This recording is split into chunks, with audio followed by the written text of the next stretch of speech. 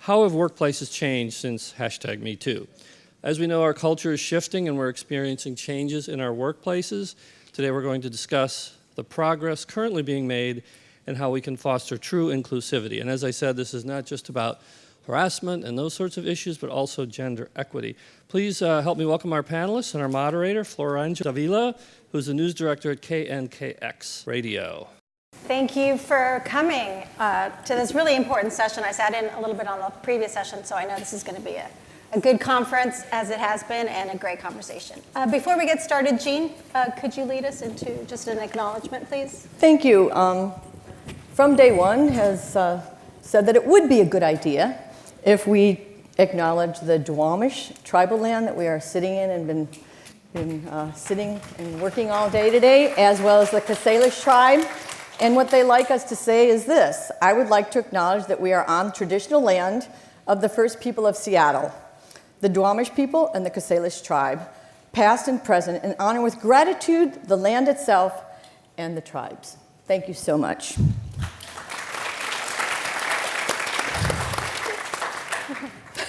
My name is Florangela Davila. I'm the news director at KNKX Public Radio, and I would like to ask, starting with Maria, if you could please just tell us a little bit about who you are, your affiliation, your role, and maybe a sentence or two about your mission at your company. Of course. Thank you so much, and thank you for having me today. We're really excited to be here. So my name is Maria Calacurcio, and I'm the CEO of a software company called Syndio. And we're based here in Seattle, and our mission is to eradicate unlawful pay disparities in the workplace, which a lot of us have experienced personally. Yeah. I certainly have. I think the mission speaks for itself. In terms of my passion and my feelings around this panel particularly, I really want to inspire others to think of Me Too, pay inequality, all of these issues that are top of mind today. These are not women's issues. These are leadership issues, and they are issues of dignity, respect, trust. So as we talk about this today, think about how we can take that back into our companies, not to our women's network, not to our specific employee networks, but to the company as a whole. Well said. Hi, I'm Denise Busch. In my day job, I am a Senior Vice President of Global Diversity and Inclusion at Edelman, which is a marketing and communications firm that has 63 offices around the globe. I spent the majority of my career in HR before forcing my way into D&I, so I kind of straddle both worlds still very much in HR. And then in my other day job, as I like to say, I am on the board and very active in the Chief Seattle Club, which is a day shelter and community center for Native Americans, Native Alaskans, Native Hawaiians who are experiencing homelessness in Seattle. So it's a moment, it's a time, it's hugely important to our entire community here in Seattle. And thank you, Jean, for the land acknowledgement. Appreciate that too. I'm Jean Craciun, and I'm the founder of the Diversity Center of Seattle, Washington, and Diversity Center of Seattle. It was interesting when we started back in April of 2018. I said, well, I was in advertising for a while, and it's going to be good to get that name because people will know what we're doing, right? Mm-hmm. And then I said, when I got the names, I'm like, why isn't anybody taking the name? So it's sort of like, okay, that could be, I'm not quite sure what that was, why people weren't interested in focusing very specifically. The tagline for the Diversity Center is creating workplaces that truly work. And fresh off our board meeting this month, I want to read to you our mission statement, which is we are celebrating lived experiences. Our goal is to collaborate with local organizations and institutions to integrate diversity, equity, and inclusion approaches with their people, their teams, and their work life. When everyone is supported, companies succeed, and communities engage and thrive. So I'm a sociologist. I was in Alaska for 30 years, owned a market research company, and when I came to Seattle, I was trying to figure out what I wanted to do in my final kick, and I found and I saw the passion for DEI here, and I had always integrated it as a sociologist into my customer service work and my patient satisfaction studies. And I thought, well, this is the place. This, Seattle, Washington, sanctuary city, the country is looking at us. Yikes! We have great intention. We are really trying, but we don't know how to do it yet. And we'll talk a little bit more about that today. Thank you all for being here. Good afternoon, everyone. My name is Frances Dujon-Reynolds. I'm the Chief People and Culture Officer at Girl Scouts of Western Washington. And within my portfolio, we do traditional HR functions, and we have the diversity, equity, and inclusion work, as well as the learning team that's focused on our volunteers and their learning. And the mission of Girl Scouts, if you don't know what that is that we provide programs and experiences to girls to help them build courage, confidence, and character and leadership skills to make our world a better place. My name is Rob McKenna, and I'm the CEO and founder of an organization called Wild Leaders. WILD stands for Whole and Intentional Leader Development. And our mission is to develop a generation of courageous and sacrificial leaders, people that have the efficacy and the courage to step out and lead, but also the willingness to sacrifice for the sake of those that they serve. And most literally, part of that is a system and a process for helping people bring their own narrative alongside measures of progress and providing what someone recently called a leadership development operating system. And so we have a system for doing that kind of work. I'm also the chair of the Department of Industrial Organizational Psychology for the last 15 years at Seattle Pacific University, and just resigned 2 weeks ago from that job. So I'm in a very strange place. I've been there for 21 years, and it's been a tremendous experience, but the mission of WILD has gotten something I need to go to.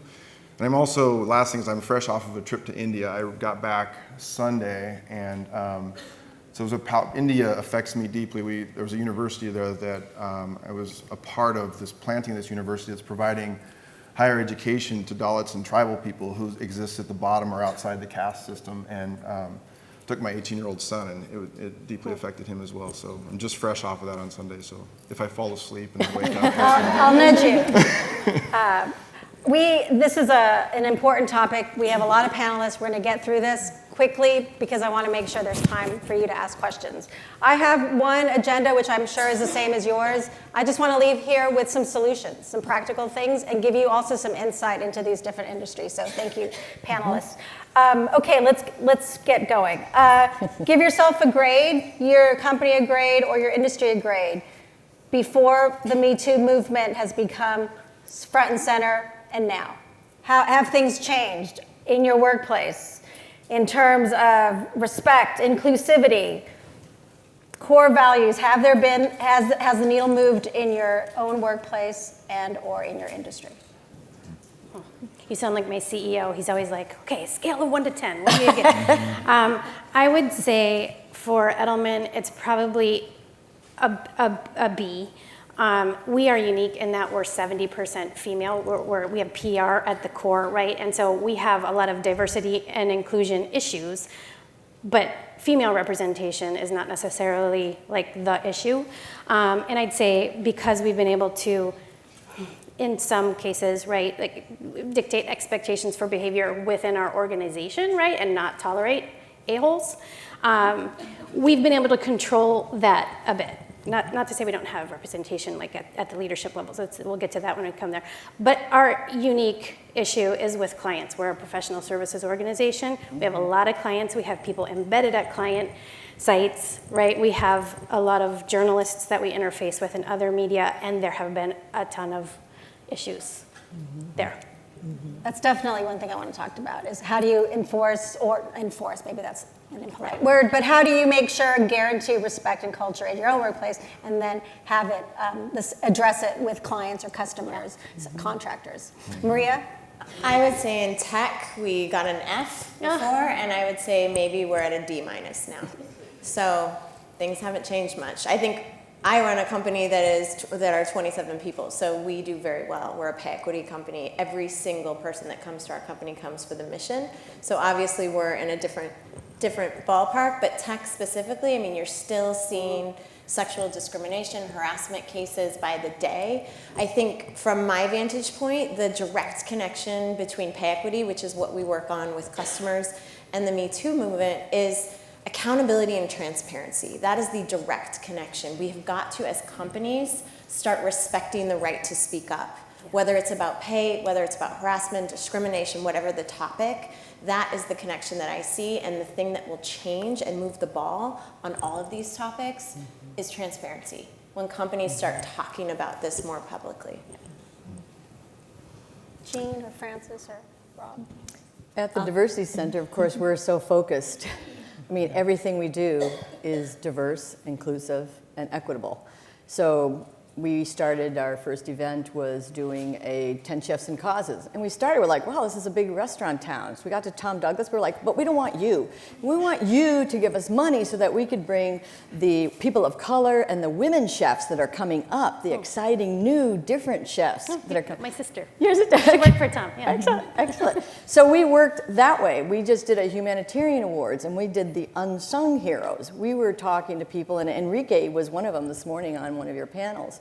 Enrique Cerno. He was bringing pieces of information to TV that had never been produced before. And you probably heard some more about that this morning. But we are always trying to lead by example. And so we had an interesting thing at this latest board meeting. We realized, looking around the room, I'm queer, this one's, Latina, we have the African American, we have the working at Salesforce, who's married to a black man. We were looking at ourselves and we're like, we're missing a white guy. So literally, I called Nick Petty. Some of you may know him from Wit Regatta. He's my really good friend. We worked together at Capital One, and now he's running technology for Uber. He's on his way to Toronto today. But I said, Nick, you've been doing all our technology, you fixed our email, you did it. He goes, I'm in. So now we have Nick Petty, the white guy, on our board.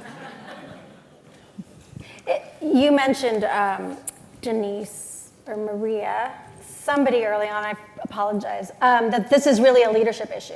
Yeah. So everybody on stage is a leader. Mm-hmm. So why isn't it better? Mm-hmm. If you can assume that everyone in the audience is a leader or aspiring to be a leader, why isn't it better? I mean, I can point to a survey that was recently done and written up in Fast Company where they surveyed a bunch of male CEOs, and pay equity and gender equality ranked 19 on a list of 23 priorities. So that's pretty close to the bottom. Yeah. If you can, do some basic math, 19 out of 23. I think we really need to promote diversity at the executive leadership level until we have a slate of diverse leaders that can start to care about these topics. It's going to be really difficult if that's the attitude. And how does that get executed? How does that get shared when a leader wants to implement cultural change? What are some best practices, and what are some of the hurdles? At the Diversity Center, there really is not a unconscious bias training that's going to solve your problems. There's not a workshop, a training, a one-off. When we agree to work with a client, we talk to them about where is your group? Talk to me about your team. We do some personal interviews with the individuals that have been running the DEI program. We look at some of the leadership beliefs. We start with the individual organization. We work with the individuals first. We work with the team. We work with the systemic issue. We talk about Edelman, advertising. We work with Visit Seattle, hospitality industry. A lot of the problems really aren't there at your level. It's the industry level. And so how do we change an industry? And how do we get better board members? There was an incident where one of the board members said to a lovely Hawaiian woman, why would your parents give you a name that you can't even say? Horrified. Everybody was horrified. This is a bad board member. We need to get that board member out of there as quickly as we can. So these ideas and these insults and the respect that is not there must be intolerable. It is intolerable. It requires immediate action, and it is explained and discussed and then removed. I think Jean is bringing up a really great point about leadership and board leadership, where board leadership's interests may often conflict with the values and interests of the organization and the leadership within the organization, that can lead to some really difficult positions of management trying to deal with issues that are coming up in the workplace that involve complaints of harassment or discrimination, and when it can, particularly when it's against a board member. And That's if you, intense. yeah, and if your management does not have the ability to remove a board member because of whatever that structure is, it makes it really challenging to support employees and keep them safe and work through whatever that issue is. That was a point that was brought up in the previous session, sort of, is this something that needs to be addressed at the executive level, or is the board being paid attention to? Are the board members being trained in the way that your new employees are being trained? Are they going through unconscious bias training? Do they understand the core values that you all are talking about in the workplace? I wanted to ask you, Frances, if you could talk a little bit about the impact of legislation in the last few years here in our state about efforts to curb and or create more equitable, more workplaces free of sexual harassment. Well, I mean, the Gender Equity Act certainly helps to set a foundation to move towards more equity in terms of pay in particular. But I think the rest of the legislation has been slow to come about. I saw on one of the previous panels that From Day One had in, I think it was LA, where somebody was talking about the idea that, legislation isn't legislating civility in the workplace. Yeah. That, even though we all expect that, we all demand respect, it's not there in the laws that we have. And that creates a real barrier to creating the environment and protecting employees in the way that we want to protect them. Do you think workplaces are comfortable stating their code of conduct? Does everybody have a code of conduct in place? Do you think that that is something that everybody knows? I hope so. I know it's not like the super sexy part of HR, but policies are important. Again, when you think about what you have control over, legislation often takes a long time to change. I know there's been a lot of legislation around pay equity, which is amazing. The non-discrimination disclosure stuff, or like ban the box, like really good employment legislation. And when California starts something, the whole country follows, right? Yep. But when you think about policies and what you have control over in your workplace, again, those set of expectations that you can set for all of your employees and what your employees are going to get from you, that speaks volumes. And I'm a policy nerd and type out all kinds of HR nerd stuff. So again, not sexy, but hugely important. Can we talk a little bit about a point that you brought up, Denise, which was how do you inculcate a culture in your workplace, but then carry it over to customers, to clients, to subcontractors? How do you make that transition so that everything is reflective in who you are as a company? And I don't have a total answer for that yet. It's something I think that's complex and hugely nuanced. I think the panel that was on before was talking about brands who are taking a stand, right? We have a lot of our clients that we partner with, I'm happy to say, who are taking a stand. Unilever doing some amazing things around family leave for dads, right? That was like a huge part of their brand. Some of the things Microsoft is doing around disability, et cetera, et cetera. But when we have our employees out there in the world and engaging with others,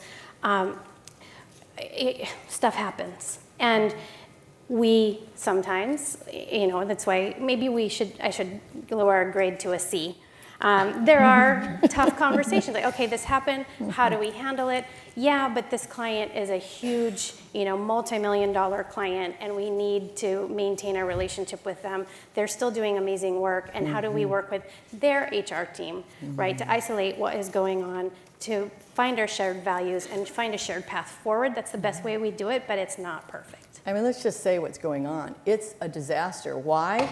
Because women and people of color are leaving. Yeah. They're leaving. And, I hear the stories that are, outrageous. I was just looking the other day, a gal I had met, she started a company called Cluck, which is Chrome extension to identify scams in Craigslist apartment listing. I remembered her from a workshop we were in. She had worked at Microsoft. Genius. Hello. Asian woman. Fantastic. had to go because her immediate supervisor was treating her terribly. This one wouldn't invite her to there's exclusion here. Then she ends up at Amazon. Very similar experiences. She cannot fully thrive, fully be presented authentically in these environments. What does she do? She starts her own company. Are you wondering why there are so many women in business in Seattle right now? We're like, we can figure it out ourselves. We'll just... I think it's a really good point about recruiting your way to a D&I goal versus retaining your way to one. Yeah. Companies are throwing good money after bad on recruiting when they've got what they need within their company. This pipeline issue that I don't have women or people of color in my pipeline, so I don't have them in my company, it's bullshit. No, yep. There are multitudes of opportunities within your own company, and if you can retain your way to those goals, you've got to have accountability, and that's why some of the things that are being presented, like the Goldman thing, that's interesting. They're saying, we'll see if they stick to it. They're going to start putting their dollars behind diverse boards. That's something that could create change at the very high levels and then filter down. You cannot have an accidental inclusion or culture policy in a company. It's got to be intentional. It does. It does. So the carrot or stick approach? Honestly, I think you've got to have both. Yeah. And you've got to have a pretty big, heavy stick to balance out the carrots. And you have to have a CEO and leader that not only speak to it, but live it by example and give permission and are transparent about it. And I'm going to get on a little bit of a soapbox here too, because you're talking about entrepreneurs, which is amazing. But part of our problem is in America, right, in our for-profit healthcare system, most things related to your financial well-being are tied to your employer, when your benefits and all of that stuff. Like, anybody had to enroll in COBRA or get a private plan? Right? Geez. Yeah. And that's unfortunate. And I think some things need to change quickly, including paid family leave. Like, we are the only country in the world, right? Not the only, but the only major country in the world and richest country in the world, and we don't have family leave. Like, come on. It's just ridiculous. And I hear from guys complaining about the workplace. Why do I have to work the 80 hours? And I don't get to spend time with my children. No. And there's these expectations on me that are, I'm not happy here either. So nobody's happy there right now because we're not able to have things be an equal playing field when we come to the office.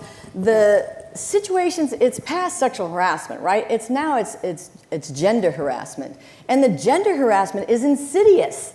And can you just to clarify, can you explain a little bit what the difference is? Well, sexual harassment is illegal. Like, there's laws against, saying to somebody, nice ass, or or grabbing your chest. I mean, there's people see this happens, there's a lawsuit. Gender discrimination and the harassment that we're seeing now is, I can't go out to dinner with any of the women on our team. Right. That's making women other, not allowing you to be part of conversations that need to be at that table. The staff meetings. I walk into staff meetings all the time and they're asking me, well, I want you just to observe our staff meetings. Just tell me what you think. The other day I was telling them, oh my God, it's all white men. You're scaring me. Literally, why would a woman or a person of color want to be in this room with you right now? I don't want to be here.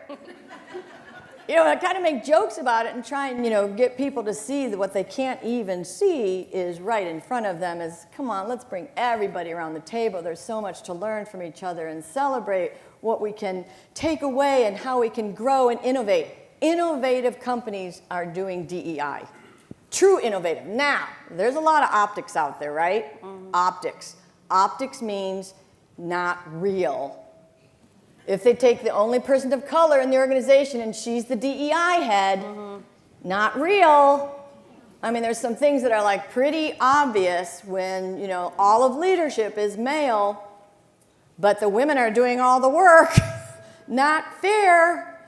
So these are the things, yeah. Going back to what we were saying about representation a little bit, we can't hire our way out of it. I do think the diversity part of this, right? That is the representation part. The inclusion is the sense of belonging. I think there is still need for the representation goals, right? So I mentioned we are 70% female at Edelman, but But we looked at the leadership level, like senior vice president and above at the company, and it was like 30% globally. And we were like, okay, this is a problem. We're 70% female industry. So we have a representation goal to at least make it 50-50. We do have a specific racial and ethnic goal in the US, right? Just to again, make sure that we have diverse teams who are doing the best work for our diverse clients, right? And our clients' customers.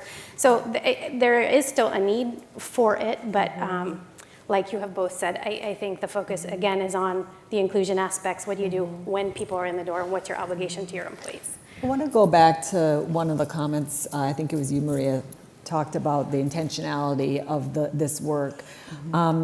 I think that's a really big takeaway, how intentional you need to be. You need the leadership commitment. But then from that, one of the really practical things that you can do is help define for all of your employees what those behaviors look like, whether it's in meetings, what it looks like to sit in a meeting and how to be inclusive in a meeting, how to share the voice, help other people have time to speak, so that you can hear what they have to contribute. That's what inclusive behavior looks like, and helping to define those behaviors so people can start living and aspiring to live to those behaviors. That's what's going to transform your culture. But those are difficult conversations. Those make us uncomfortable. The sort of acknowledgement where the ideas come from and respect. That was a good idea, Denise, giving credit where credit is due, or being able to walk into a room and seeing it all male and saying, that doesn't work. So how do you do that? And I wanted to also jump off of we need leadership that leads by example. So could you each give me specific things that you would like, and or what would a workplace, if you wanted to give your workplace an A, what does that mean? What are the specific things that you would like to see in place that would make you go, okay, this is an A? Go, John. I want to give Rob a chance. Let's talk about inclusion. Speak up, dude. Are you saying? No, maybe he might be jet lagged. No, I'm not. Okay. I first of all, to be perfectly candid, this won't surprise many of you, I guess, but I felt, ever since this invitation, I've felt somewhat underqualified to even to speak into the conversation for probably obvious reasons. And so when I was in India, I was talking with a friend of mine there, and he said, you should speak to some of the senior leaders on campus here. And so I had a conversation with one of the equivalent of a dean there. And India is shocking to me from just male and female issues. There are just very rarely will wives eat with their husbands. It's just so far. And so I had, and I could just, obviously some of you have experienced it. It's a very different place. And so I spoke with this dean, and I awkwardly, I told her what this was, and I had her read the description, and I said, I'm going in here, and I feel underqualified. I think one of the things I'm always in myself, and I love it that you call this out as a leadership issue, is I question to myself, I'm worried if my voice isn't in the conversation, then I also worry if it's not the right voice. And so I try to be thoughtful about that. But when I talked to her, she told me things that I felt like I was not qualified to hear, that she hadn't told anyone, of the abuse she experienced and her fear for her two daughters, that they would be trafficked, and how it's affected her now. And then I said to her at the end of the stories, and I'm watching her tell, she hasn't told anyone these things. And I'm like, I'm not qualified to even be the one hearing this. And at the end I said, which is I think a lie and bad for her, I understand that. But then I asked her at the end, I said, what advice would you have for me? And I had taken my 18-year-old son, and making this kind of personal, but she said, I watched you with your son. The way you care for him is not something I very often see. And the way that you are raising him and trying to raise his character up, and that was one piece of it. And it was, and she'd even seen on Instagram pictures with my wife that are very different than anything she'd ever experienced. And And so that's one piece of this. The other thing that I was going to say is like my expertise is in organizational development, change, and leadership development. And there are two things about that. One, when I saw the backlash comment in this, like the question around that, I know this. I don't mean to. I'm not minimizing anything when I say this, but my brother used to say something to me, and he was one of my mentors into this field, and he said, one of the things, Rob, and this kind of gave me permission to push harder, is he said, if you're not catching flack, you're not over the target yet. And so if anything, if there is a backlash, I think one thing that gives me a little bit of comfort is if we're not getting some resistance and serious pushback, we haven't done anything courageous enough yet, was one piece. And then the second thing is that I would say from what I've learned about leadership development, I think that what we're trying to do that's very different is that no one wants to be should've. I just don't think it's very motivating. And so, and this has been really revolutionary in us trying to convince people, like no one wants to if a leader gets up and says, everyone in this room should be developing other leaders. No one is motivated. But if someone asked, if a CEO asked, what would change if you were developing other leaders around you?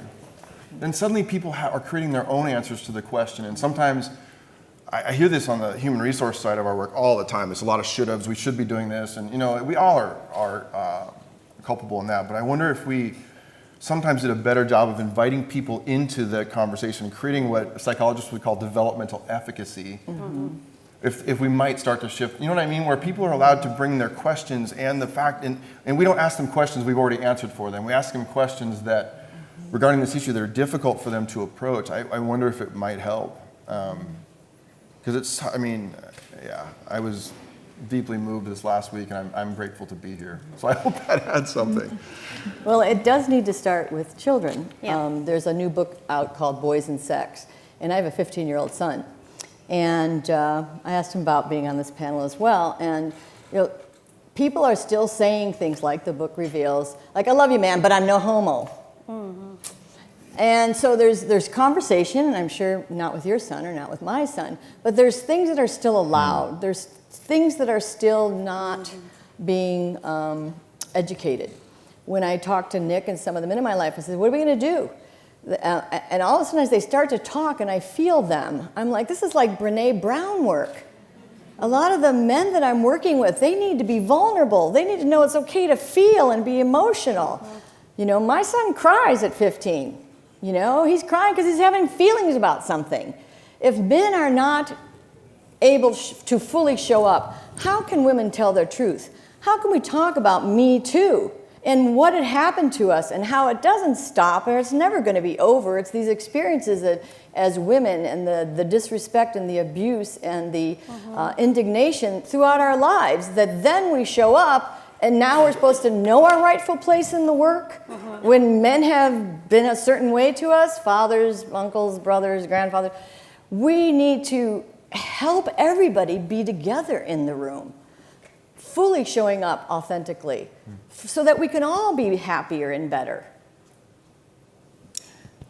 Speaking of generations, because I noticed this with some job hiring that I've gone through, just how comfortable the younger generation is in bringing up these issues and their expectations and what they expect from workplace, expect from their bosses, expect from their male peers and or their male bosses.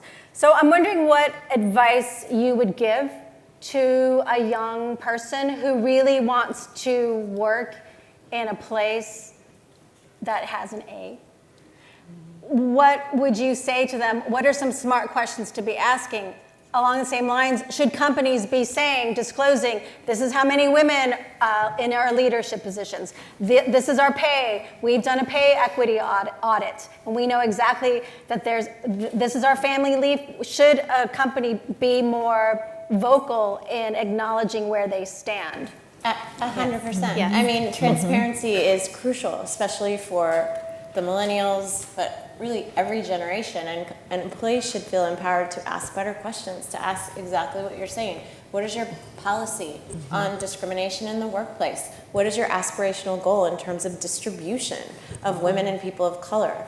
How do you post your opportunities for promotion? Is it public? Is it you take X number of jobs, you ensure to post it? What are your policies and practices and the behaviors in the workplace for being transparent about a lot of these issues? Because at the end of the day, we can commit and take action around what we think aspirationally the workplace should look like. But at the end of the day, today, most executive C-level humans are male. So if we don't make it personal for them, if we don't explain to them what the benefits are for the business and for the future generations, we will not see change. We can't operate aspirationally as if we live in a world where there's diversity at the top, because there isn't yet. But there's a big yet at the end of that. I once heard a female head of a local nonprofit here who's white, who said, I feel like I will be successful if the next person takes my job as a person of color.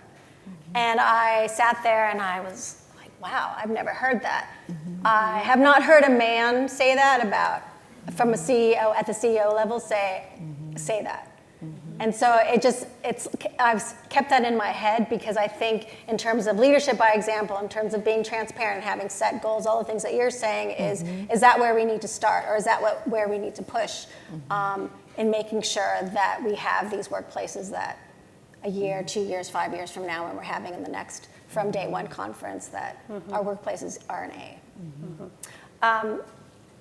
It's 3 minutes. We have 3 minutes left. I wanted to make sure we had time for audience questions. If you want to raise your hand. Yes, please. Yes.